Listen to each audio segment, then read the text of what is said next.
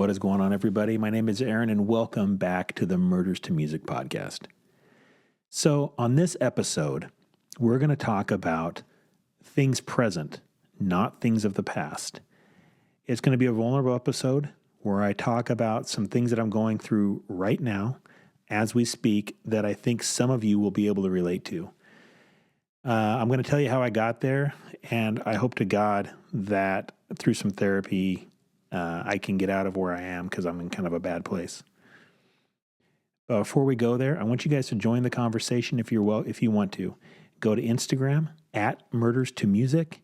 That is a Instagram page dedicated to the listeners of this show, and you can join that conversation. You can ask questions, and from there we can all grow together.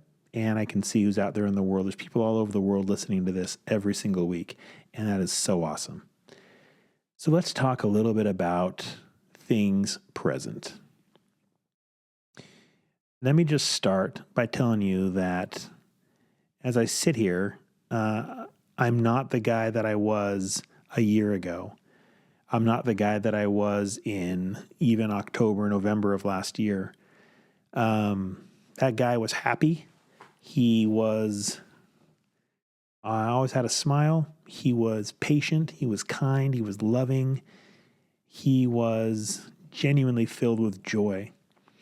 The guy that sits before you right now is filled with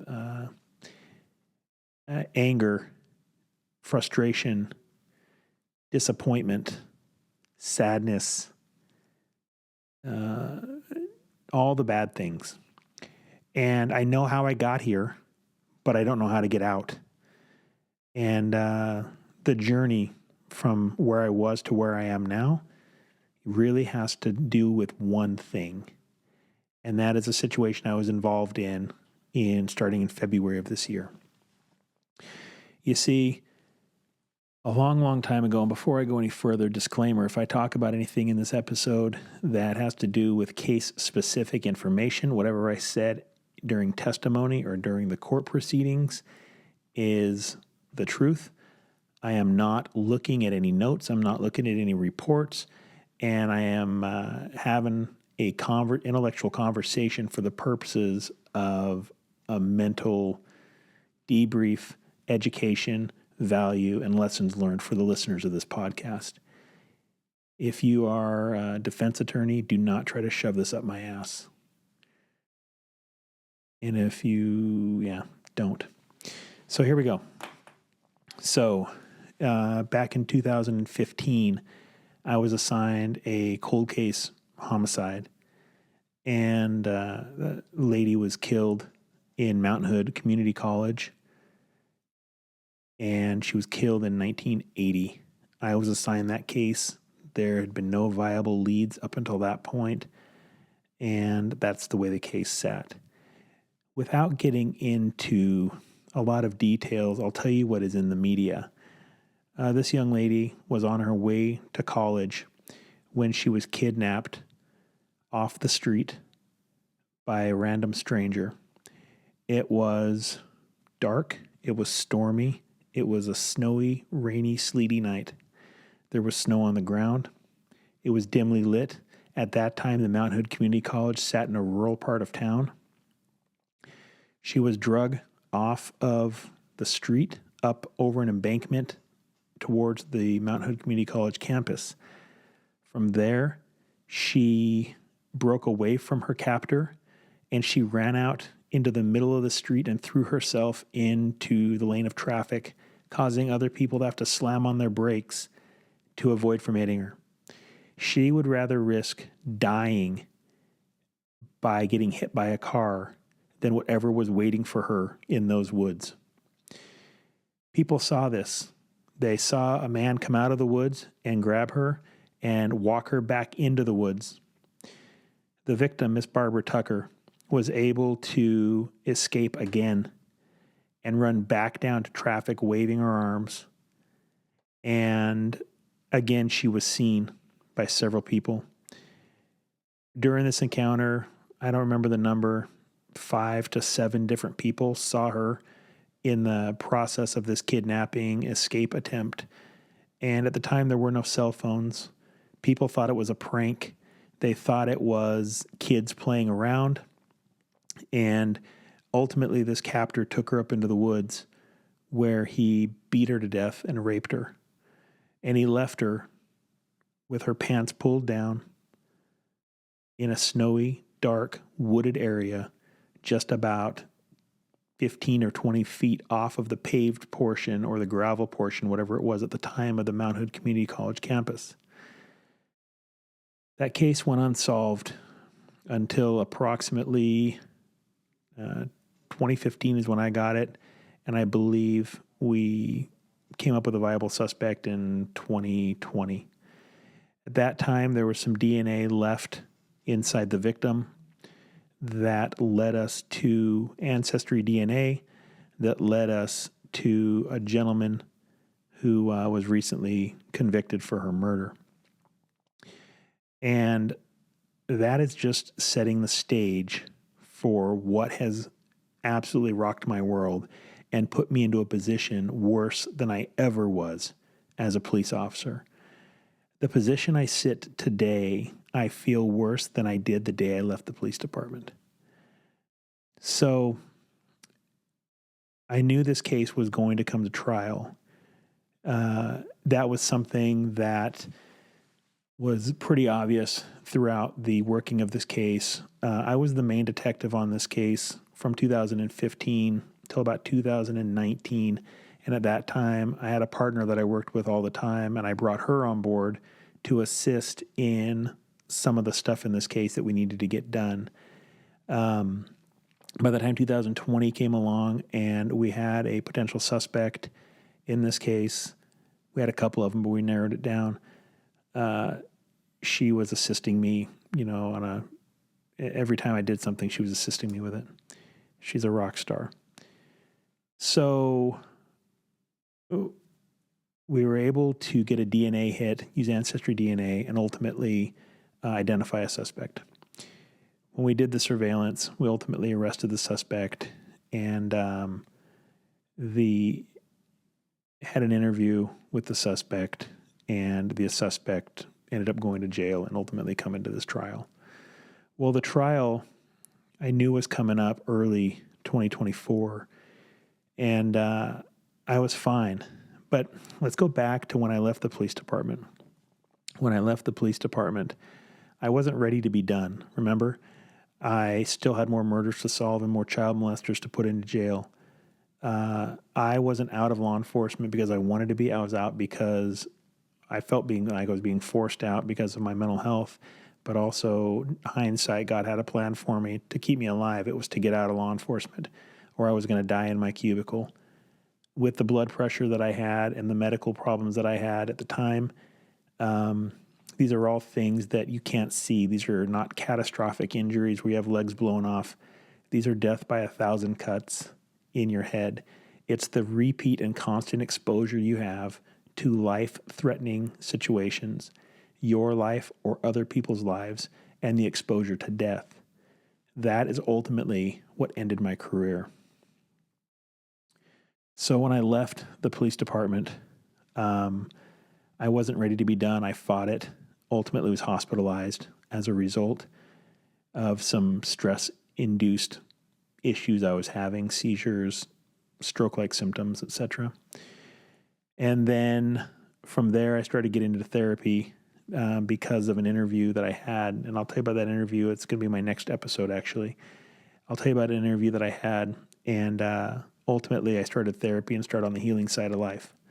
Well, I was on that healing side of life for about a year, 14 months or something like that, 15 months. And that's when this trial surfaced. By that time, I felt good. I felt happy. I was out of the depression. During that time, I separated myself from all my law enforcement friends. I maintain a friendship with 2 people there. Other than that, I don't talk to anybody from the police department. I don't go to the police department. I don't think about the police department. I don't read articles on the police department. I don't relive my glory days. I do everything I can to avoid it. During the 14, 15 months of therapy, we had to have conversations about me going to the city and crying and seeing the street corners where bad things happened and I was involved, or just the memories created around that city. I had to talk to my therapist about separating from my family, my police family, and my friends that worked there because of the emotional ties that I had to them and the fact they want to talk about police stuff and I just can't. I can't talk about it. I avoided people and places and things that would remind me of my law enforcement career. I worked very, very hard to set up walls, boundaries, and barriers that kept me from being exposed to the things of my previous life. And all of that was fine, and I felt good. I had love and patience in my heart. And then February of 24 comes around, and this trial is coming up, and I have to go into the DA's office to get briefed and to brief about this trial. Well, it's the first time I've been to the DA's office in 2 years or more. And I go in, I haven't seen these DAs in a long time, but they're dear coworker friends of mine. I've worked lots of cases with them, and I know them very, very well. I trust them both very, very, very much. And I go in and I brief. It's a Sunday afternoon, and I remember going in there, and I was nervous walking in when they met me at the door to get me in. And I remember going upstairs, and I'm like, man, this just all feels like it was yesterday. I was right here. And walking down the halls and smelling the smells and hearing just the things that are going on around there and the people's voices that I recognized from the neighboring rooms, it sucked. And we sit down in the office, and we start talking about this case. And I'm looking through... I'm really hoping that today's episode has some therapeutic, is therapeutic for me. So, because I need to get out of where I'm at. But anyway, so I remember sitting down and with these DAs, and these DAs know me as the cop.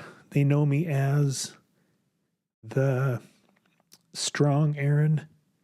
The Aaron that doesn't break, doesn't crumble, and just gets shit done. So now we're talking about the case, and we're looking through reports, and we're looking through pictures, and they're being cognizant of where I'm at, and they're like, hey, you don't have to look if you don't need to. I'm like, well, I got to look because I'm doing the thing. I said, but man, it's all good. I got this. I'm fine. Nothing's changed. I'm the same Aaron. Well, that was a bold-faced lie. I'm not the same Aaron. The old Aaron was numb. The new Aaron is an emotional sponge who feels everything. And that, I guess, is good, but man, it feels shitty sometimes. So here I am, acting tough, being exposed to things that I didn't really want to be exposed to. I didn't want to read the reports. I didn't want to read the details. I didn't want to see the autopsy pictures. I didn't want to see the crime scene photos. I didn't want to get exposed right back to all the same old stuff that I used to be involved in when this was my career and my life and my identity. That identity is gone, and it's a new identity now. And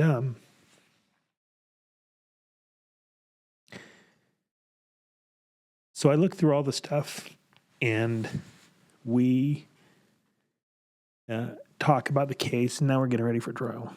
So it's time to go to trial. A few days later, it goes by, 2 weeks, whatever it is, 3 weeks, I can't remember. We go to trial, and I know the defense attorney that is involved in this case, and he has a reputation for being a dick, and he held true. He did. And he's a high-profile defense attorney in our area. It's a father-son combination, and he's a dick. It's my professional opinion. He'll say the same about me. I'm sure he'll call me a liar and all kinds of stuff. Anything but a good, honest, hardworking cop that gave his emotional life and almost his real life to help others. That part doesn't fucking matter to him. All that matters is that, anyway. So here we are at trial. And the trial is going to be 2 weeks long or something, 3 weeks long, whatever it was. Well, you got to remember, when I worked this case, and it was during COVID, that I'm making phone calls to these witnesses who haven't heard from police officers in 40 years. And I'm calling them. I'm not telling them we're making progress and we're about to make an arrest. I'm calling them under the guise of, hey, I just need to get caught up. I got to sign the case. And, if you're still alive, where are you at? What's your contact information? But in the back of my mind, I know, we are weeks out from making an arrest in this. And when we do, you guys are all going to be witnesses in court. So I got all their information. Well, it was a phone call. I was emotionally numb, and it didn't matter. But now these people are flying across the nation 40-something years later to tell their story about what they saw that night, and they're holding on to regret. They're holding on to remorse. They're holding on to guilt that this woman jumped in front of her car covered in blood, and nobody called the police. And she was later found dead, that they heard screams and nobody went and investigated. They all witnessed and could have stopped this murder and at least summoned some help, but they chose not to. Now they're holding on to that for 40-something years. So I'm not the only one crying. We get there, and I chose to go to the courtroom because I wanted to meet these people that I had never actually met in person, but owed a ton to for their memory and what it is that they were about to endure. Well, I met them all and kept a strong face for them, and my partner was there, but she knew I was dying inside. And so I see them all, the dozen of them or whatever there is, and their extended families and the families of the victim. And, but even in that moment, I felt I'm okay. I got this. I felt like I was right back to being a cop, like I never left the police department. I literally walked through the doors, and I'm greeted by the same security staff that knew me as a cop, and they're shaking my hand and good to see you. And I go up through the hallways, and every face I see is somebody that I've worked with in the past and I haven't seen in years, and they're congratulating me and, just about life and good to see you. And all those formalities are nice, but man, they're kicking the nuts because my identity was back in the day when I knew them, and that's where I felt comfortable in life. Now, I've got a new situation, and it's really hard to revisit the past. So, I'm an emotional sponge with these people. I'm a fragile little butterfly, emotional butterfly, as one of my ex-coworkers, one of the DAs calls me. But anyway, so now I am at this trial, and I've met all these people. I've seen them all, and I'm not allowed to go into the courtroom because I'm a testifying witness. Typically, once you testify, you can be released, and then you can participate or watch the rest of the trial. I go in to testify, and I can't remember how many hours I'm on the stand, but I think I'm on the stand total over these 3 times that I'm about to talk about for, 9 hours, 10 hours, something. I don't even know. Double digits. I don't know. It was a freaking eternity. Anyway, I get on the stand, go through my direct with my prosecutors. They get everything out they want to get out. This whole swear to whole truth, nothing but the truth thing. I'm the only one that has to swear to that because that defense attorney doesn't have to say anything that's the truth. And they won't even let me tell the whole truth because, of court rules and hearsay and everything else. But it doesn't matter. Then the cross-examination comes up, and this guy is just a raging asshole. And he grills me, and he tries to get stuff in that doesn't matter. And he tries to... There was a case several years ago where I wrote an affidavit, and I had to summarize. There was 4 defendants, 6 hours apiece, 24 hours approximately of, interview that I had to summarize on a couple of sentences in an affidavit. And I didn't put quotes. I misquoted something, and ultimately it was an accident. It was a clerical error. It was an accident. But he tried to classify me as a liar and brought this up and said that my credibility was shot and that, I'm on the blacklist and I should never be able to testify. And he's doing this in court in front of everybody. And I have the victim's family there that's wondering, well, is this true? Did he lie? No, I didn't lie. We made a mistake. It wasn't a lie. And, ultimately because of my ethics, we actually got that defendant off because he wasn't where he says he was, and there's no way he could have seen or done what he says he did. So because I'm ethical, I told the truth and got him off, but that doesn't matter. That part got left out. Anyway, this defense attorney grilled me for hours, and then as I get done testifying that day, he tells me, and the whole time the prosecutors are not stepping up and defending me, which pissed me off because they're just letting him beat me to death on the stand, and they're not defending my honor. They're not defending me. I don't feel valued. I feel like I'm up there just taking an ass kicking because that's what the old Aaron used to do, and just get your ass kicked, and it doesn't matter. So anyway, I'm pissed off at them. I want to say some words to them because why the frick didn't they stand up and defend me? Then the defense attorney is done being an asshole for the day. So I get released, but then he asks the judge to gag me. So the judge gags me, meaning I can't talk about the case with anybody, including my attorneys. And I don't know when I'm coming back to court. So I leave the courtroom. I'm pissed. I've just had my ass handed to me. The courtroom has heard nothing but lies about me. I look like a piece of shit cop, and my credibility in my mind is zero. And the facts of the case don't get to come out because don't let the defense attorneys don't have to tell the truth. They have to create confusion. Don't let the facts get in the way of a good story. That's like the defense attorney's motto. So they can make shit up that has zero credibility. Like, Detective Turner, you're aware that somebody else confessed to this. Nobody else confessed to this.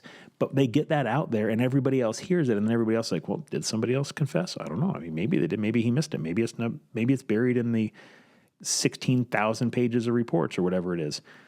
So anyway, I'm gagged. I can't talk. 2 weeks goes by, whatever it is, 2.5 weeks of me being gagged. I can't talk to the prosecutors. I can't talk to my partner. I can't talk to anybody about this case. And then I got to go back to court. Then I get my ass handed to me again by him. I get beat up. I still don't get any defense from prosecution. He's allowed to run his flap hole and just make shit up about me and make me look like a piece of shit, and then doesn't really want to hear the truth. And then I get gagged again and I get sent home. Then I have to come back again because now he has subpoenaed me to come and testify for him. But he's not going to let me tell my story. He's going to try to screw me again. So he does. And all this is deflection because his client's fucking guilty of murder. Okay?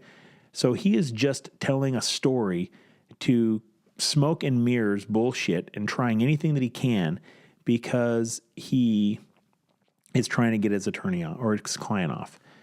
But at the end of the day, it didn't work. And the client was found guilty of murder. So I get done with that, and we go out and we go out with the prosecutorial team, and we go have a drink and celebrate, and life is good. Then at the end of that, though, I'm high strung, I'm pissed off, I'm angry, I'm short-tempered. I'm all the same stuff that I was when I left the police department, but now I'm a lot worse because now I have feelings and emotions and my nervous system isn't shut down, stuck in flight, fight, or freeze, and I can feel all these things. So processing them sucks. Now, slowly, I hoped that if you're drowning and you're in the pool, get out of the pool and chances are you won't drown anymore. You got to get out of the water. Remove yourself from that environment.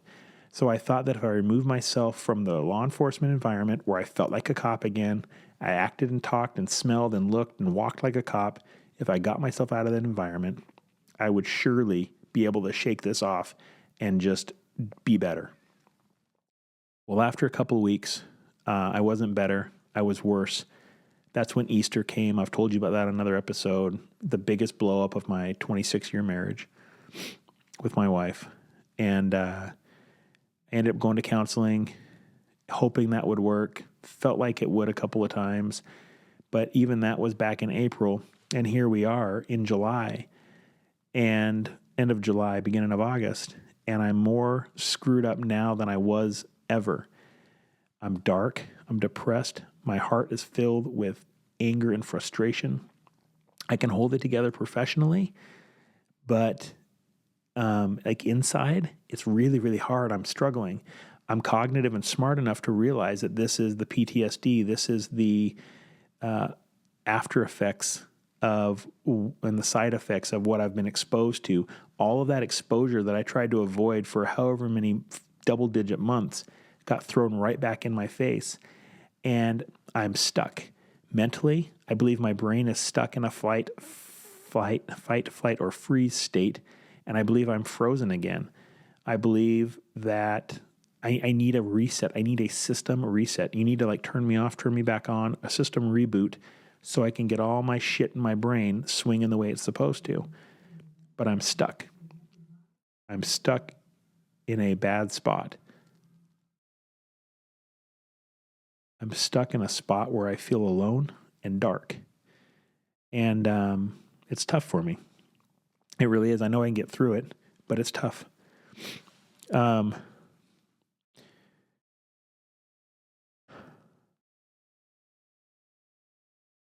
I'm an absolute mental wreck.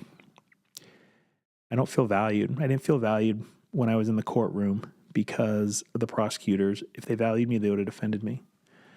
I was upset with them. I ultimately got to talk to them about it, and they said, well, hey, there's reasons why we did what we did, and I won't go into what those are. There's reasons why they did what they did, but it didn't take away the mental scars.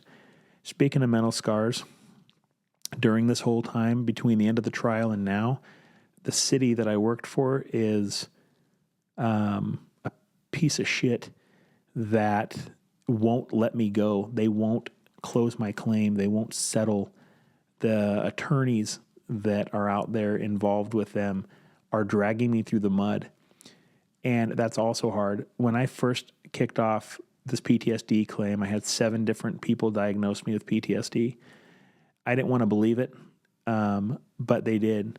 Now, you have to prove it, and I put that in air quotes again, that you're still suffering from PTSD. Everything I'm freaking talking about right now is PTSD. A normal person shouldn't be affected this long after the fact to the point that I am. And they don't get it. Gastrointestinal issues. I mean, all kinds of stuff going on. But I went to a doctor, and the doctor diagnosed me again with PTSD as part of the claim closure. So we sent that through.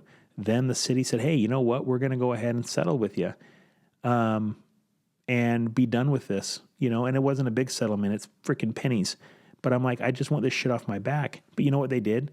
Within a week, they appealed their own claim. So they still won't let me go. Now they're sending me to another panel of doctors to get re-diagnosed that I still have some issues and effects from PTSD from my 21-year career of death and dismemberment. No shit, I still have issues. Anyway, it's another story, but I hate feeling like I have to prove it. I said it a minute ago. I would have rather had my legs blown off than death by 1,000 cuts that nobody can see. This doesn't make me less of a person. It doesn't make me weak. It makes me... I don't know what it makes me. I'm hoping it makes me stronger by talking about it. I'm hoping that I can help somebody that's out there maybe suffering from the same thing. Maybe you found yourself with that hate and that anger and that darkness in your heart, in the pit of your stomach. Maybe you're out there right now in the field wearing a uniform, driving a sled on the other side of the crime scene tape, and you can relate to how I'm feeling. You can relate to the darkness, the shortness, the temper. You hold your stuff together professionally because you have to, because you're a professional. But man, outside of that, I'm right back to where I was. And maybe you understand, maybe you relate. I know, and this is what I hope you take away. I know that there's life on the other side. I know that I can get through this. This isn't the end. This isn't, like it's going to be this way forever. This is just a side effect of doing what I did for so long. And this is part of the healing process. I've said it 1,000 times.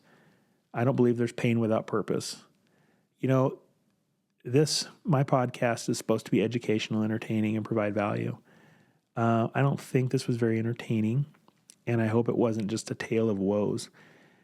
I hope you understand why I had to do this and why I wanted to talk about it and why I wanted to be real and vulnerable, because I'm screwed up and I need help and I need to get it off. And if there's somebody else out there listening that's in the same place I am, and I guarantee you there is. This is listened to by lots of people every week. There's somebody else out there that can relate to where I am, whether you're a cop, whether you're a banker, whether you're a pharmacist, whether you're a doctor, a teacher, or plumber. You got stuff in your world. Mine is exposure to law enforcement. Yours could be exposure to pornography, to alcohol, to whatever it else may be in your world that's got you in that dark place. There's life on the other side. You guys, not every episode is going to be sad or emotional or just unloading like tonight was. But if you like this episode, or if you like Murders to Music, the podcast, hopefully you stuck with this. And thank you for listening to me. You guys are like a free therapy session.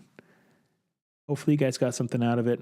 And hopefully my heart can feel a little bit better by getting this shit off my chest. I've got some therapy this week, and I'm hoping that life gets better for me soon, because, man, it really sucks. If you guys can relate, shoot me a message. Give me some fan mail on some of those posts. And speaking of, the gentleman who gave me some fan mail this week and said he could relate to where I was and some of the things I said, thank you so much for reaching out, man. You don't have any idea. And if there's only been one fan mail, so yeah, I'm talking to you. And it felt so good to know that at least one person can relate to where I am. Thank you guys so much. I love you guys. From Murders to Music, thank you. Please check us out, Instagram at Murders to Music, and join this conversation. Hit me up there. Send me some messages. Take care, you guys. Till next time. Love you.